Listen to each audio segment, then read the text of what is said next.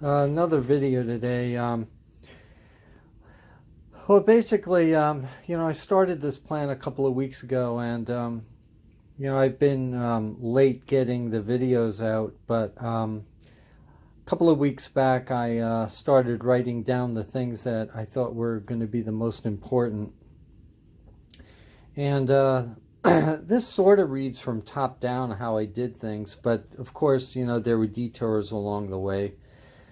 But obviously you want to do an inspection. The inspection resulted in these things being important. The cylinder head, the steering box seems to have a mechanical issue, we mentioned with the seal. The brakes were inspected, of course, cylinder head, as I mentioned. Clutch, we haven't done anything. The fuel injection, we want to remove the speaker pump and do a remove and repair, or restore and repair. The fuel tank is going to be a big issue. That's going to take some time. The radiator, we will remove the radiator. We're possibly going to remove the heater core, not sure yet. Steering box, we know we have an issue. Then there's these other issues which down the line are probably going to be a lot less significant. The ones that have the red arrows are going to be ones that, sitting around for 30 or 40 years, 30 years almost exactly, although we don't know exactly how long it sat around. But this is sort of going to be the order that we're going to do things. Of course, there are going to be bumps and adjustments to the plan. Not that this is a heck of a lot of a plan, but I've just written down the things that that are going to be important. I can tell you one thing right now that I forgot to do is I was going to do I was thinking about doing a compression test, but I decided not to because I didn't want to do anything until the cylinder head was actually removed. So we're actually going to have to do a compression test because I've already taken the head off, or seemingly in upcoming videos you're going to see the whole deal with getting the cylinder head off. We had to take a little detour on that one. But anyway, this is the overall plan. Alright, I think what I'm going to do is start disassembling some of the hoses that go to various, of course, the connections on the radiator. I think the plan was to get the radiator out to give more room for when we start to take the head off. And also, after I just create some room here, I'm going to be going after the intake components, and of course be wary of some extra fluid. I already drained fluid out of the radiator. I'll be doing that periodically as I keep moving around some of these hoses. Some more of that fluid's probably going to find its way down to the radiator. I've got the heater hose open all the way. I don't think there's any fluid in there, but alright, so let's get to work on that. I'm not going to record that kind of stuff. It gets really boring, but I'll show you kind of after I get some of these components off what's starting to look like. Of course, I'm going to get that distributor cover off. Really interesting the way they did this. They did it, they covered a lot of these wires that you don't normally see covered, like for the front, like this coil wire you always see like naked. But here they have a covering on it, which is kind of interesting. I like it. We're going to do a little electrolysis experiment on this really rusted, is that focus thing? On this really rusted Roma block. Let's take a looker at her. It's pretty rusty. We're going to do an electrolysis. We'll see how it goes. So I've got about 8 volts, half an amp though. And this is a little variable direct DC power source I got for plating. This is really good for plating. But anyway, look at this thing bubbling. Of course, it's going to take off the zinc, whatever's remaining, but you can see at the top here, all the stuff's starting to just pop off it. So we'll see how it goes. All right, a quick video on what we're doing in order to get this radiator out. So what I've done here is I went in and I loosened the bolts. Well, first I loosened the, I drained the radiator before. I loosened the, this is the air bleed screw. As you'll notice there's red paint on it, which is interesting. I guess that's a factory indication that's been tested, I guess, approved, whatever. Well, anyway, so I went in here and I wanted to take off the cover for the thermostat. And what I need to do was move this out of the way.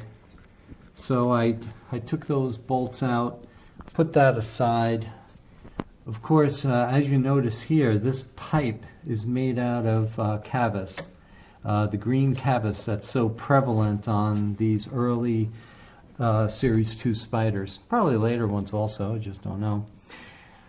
So I went in here and I took out the thermostat.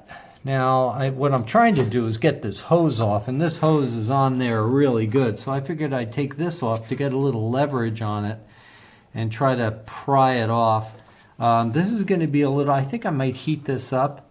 This is I think, going to go, obviously. The rubber is in surprisingly good shape. And the other thing I wanted to just point out here is that there are two gaskets on this. There's one that's on the housing on the engine side, and let me see how this looks. There's one on the engine side, and it looks like there's one on the thermostat side or on the hose side. So it looks like there are two gasket. Oh no, wait a minute.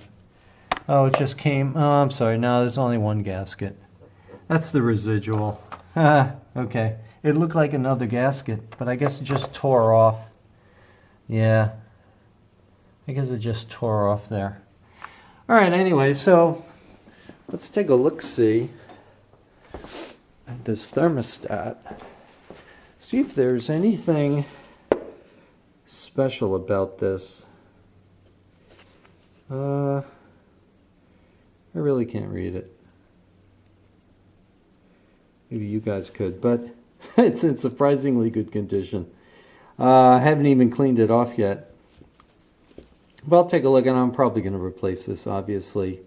And I took it out because I have a spare one that I've had since I had my 71 Spider 25 years ago. It's new old stock, and I think I'm going to use that in the car. This should be 175 degree. All right, continuing. We'll catch you later. All right, I think we're going to continue the disassembly here on the intake side. And I'm going to take off, I took off the fuel rail here, or this vapor rail, or this EGR recirc rail. And I'm going to take this off. I'm going to go in here, loosen up those clamps down there and try to pull off this air filter. And let's get to it.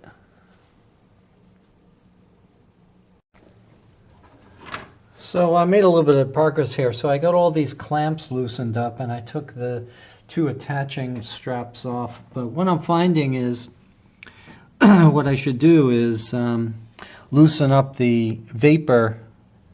Is that a vapor canister? Vapor separator, I think. I'm going to loosen that up. That will allow me to move this whole thing off. It's being kind of retained a little bit by this hose down there. Of course, just wanted to take a note. This thing wrapped right over and around here, and I disconnected this is the temperature sensor for the coolant. So I disconnected that, just left it off here. So let's get that off and see what's going on under here.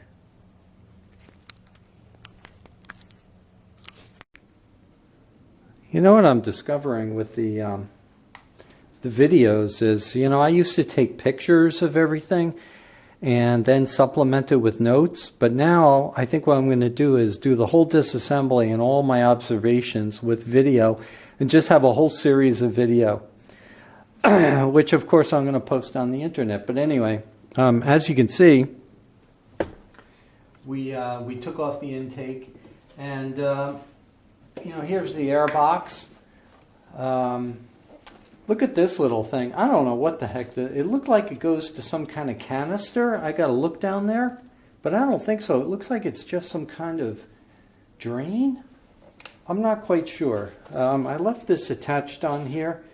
This goes to the vapor separator. I'm going to be taking that off, of course. But so we got the box out. I'm going to be breaking this apart to take a look in there. But the box looks to be in great condition, of course. And I also discovered a new innovation, and that is using this tripod. So we're going to be able to use two hands. And well, let's take a look down here. I'm not seeing where this thing. What is it? I'm going to have to look at the parts book to see what the heck that thing is. And I'm also going to do another practice this year of putting the nuts and bolts right back on the post so I don't have a whole box of nuts and bolts. But let's look down here. I'm going to disconnect the camera and take you all on a trip down there, see what's going on.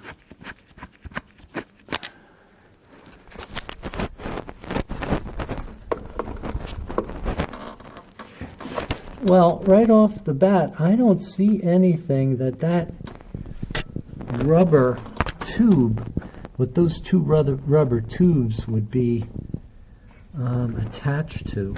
A couple of observations over here. Look at this fuel line. It's cracked. Well, that's going to come out anyway.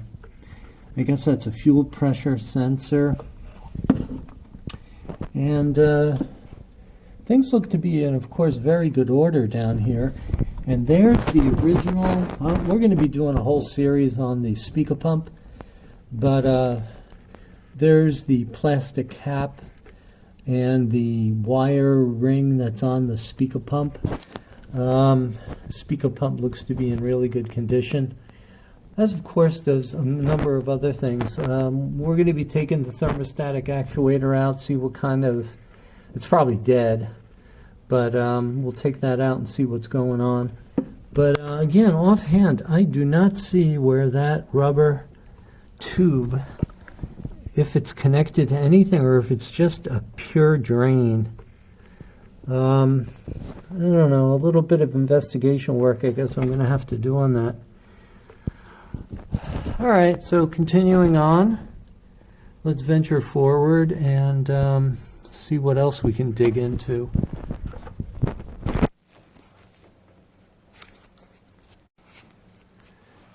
Note the routing of this tube that's coming off into the air thing there.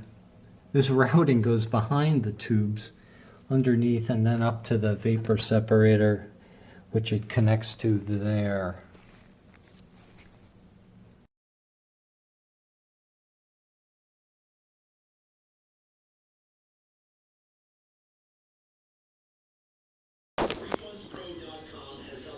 This is interesting. The lower radiator clip has the screw pointed at the bottom of the car for much easier access. Okay, so we're continuing to dig into this radiator and cooling system, I guess, for lack of a better word. In order to get this lower hose out, it's proving to be a real problem. I got the clamps off, but these things being on their fittings for 50 years or whatever the heck it is, for 48 years, they're proven to be hard to break out of the seal, which has been well documented in other forums. So what I decided to do is to go after these hoses from the top down. So I'm going to take off the main hose here, the main, I guess, circulating hose, then the heater hose, and then at the bottom the radiator lower hose. All right, so I'll be working on that. I bought these tools over here, these heavy-duty picks, which I think are going to be very needed. I've already used them and they're working pretty well. All right, so I'm going to be hacking away at this for a while and we'll see how it goes.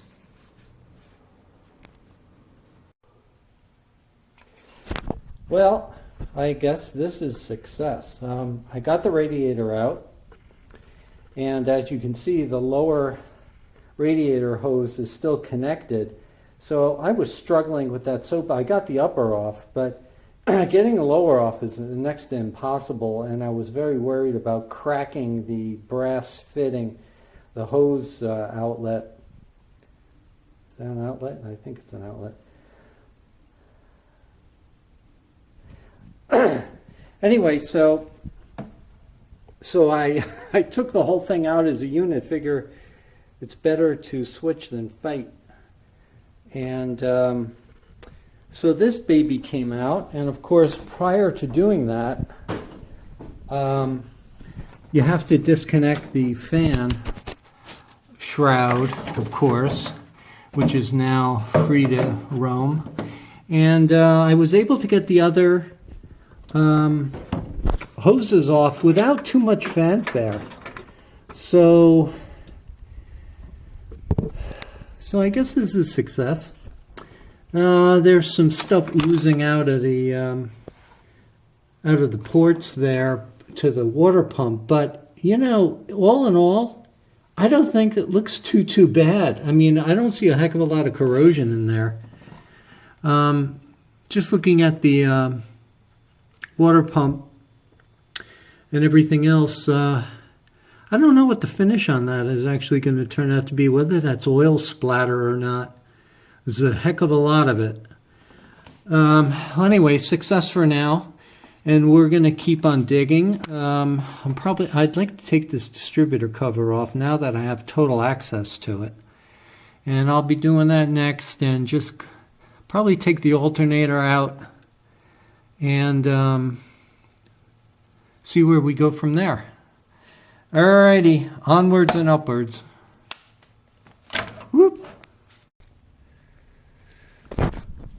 Okay, now that the radiator is out and all the hoses are disconnected, I had access to the distributor cap. Of course, it's a Magneti Marelli, and I disconnected all the wires except for that black one on the bottom here. I'll be getting to that in a minute, but you got your distributor cover with one of the clips missing, of course. But that's seldom found in the Alfa world. So I'm going to disconnect that after I get a good idea what's going on under there. And then take a look at the distributor, or I might just leave it on there for a while. I'd like to get these wires out of the way. I'm going to have to come off anyway. So then I also want to dig into what's going on with all this grime over here.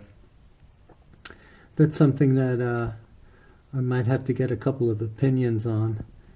But so far, no major disasters. I'm going to move that alternator belt, the drive belt for the pump and the alternator. I'm going to move that out of the way.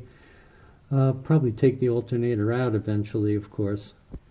But that's the plan for now. All right, onwards and upwards. Alright, this is a minor pain in the neck. Trying to get the distributor wires off, and the last wire is this little wire here that connects to this post. And I had to withdraw it through the distributor cover like that and take the grommet out, and it's sandwiched with this condenser wire over here and secured by a tiny little screw. So that's that.